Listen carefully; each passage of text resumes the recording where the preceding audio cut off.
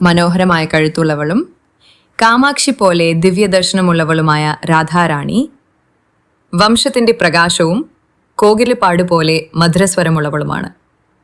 കുങ്കുമ പോലെ ദീപ്തമായ സ്വർണവർണ്ണ ശോഭയോടെ പൂർണ്ണ സ്തന സൗന്ദര്യം പൂർത്തിയാക്കിയവൾ. കോടിചന്ദ്രന്മാരുടെ പ്രകാശം പോലെ തിളങ്ങുന്നവളും അത്യന്തം കോമളയും കമല പോലെ മനോഹരിയുമാണ് അവൾ. കാലാതീതയായ അവൾ മന്മഥനെപ്പോലും ജയിക്കുന്ന സൗന്ദര്യം കൈവശം വെച്ചവൾ. ഗന്ധർവരുടെ സംഗീതത്തിലും ഭക്തിഗാനത്തിലും ആനന്ദിക്കുന്നവൾ. കരുണാസമുദ്രമായ അവൾ സകലർക്കും പ്രിയപ്പെട്ട കാന്ത. ശുഭസ്വഭാവിനിയായ അവൾ കാമദേവനെ പോലും ലജ്ജിപ്പിക്കുന്ന സൗന്ദര്യമുടമ. ഗോപികകളുടെ നായികയും ഗൗരിയായും ദിവ്യനൃത്തത്തിൽ വിദഗ്ധയായവളുമാണ്. ദയയുടെ രൂപമായ അവൾ പശുക്കളെയും പക്ഷികളെയും സ്നേഹിക്കുന്ന മാതാവ്.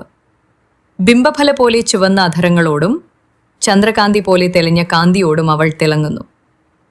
64 കലകളുടെ അധിഷ്ഠാത്രി ദേവിയായും വ്രജമണ്ഡലത്തിലെ ദേവിയായും അവൾ പ്രതിഷ്ഠിത.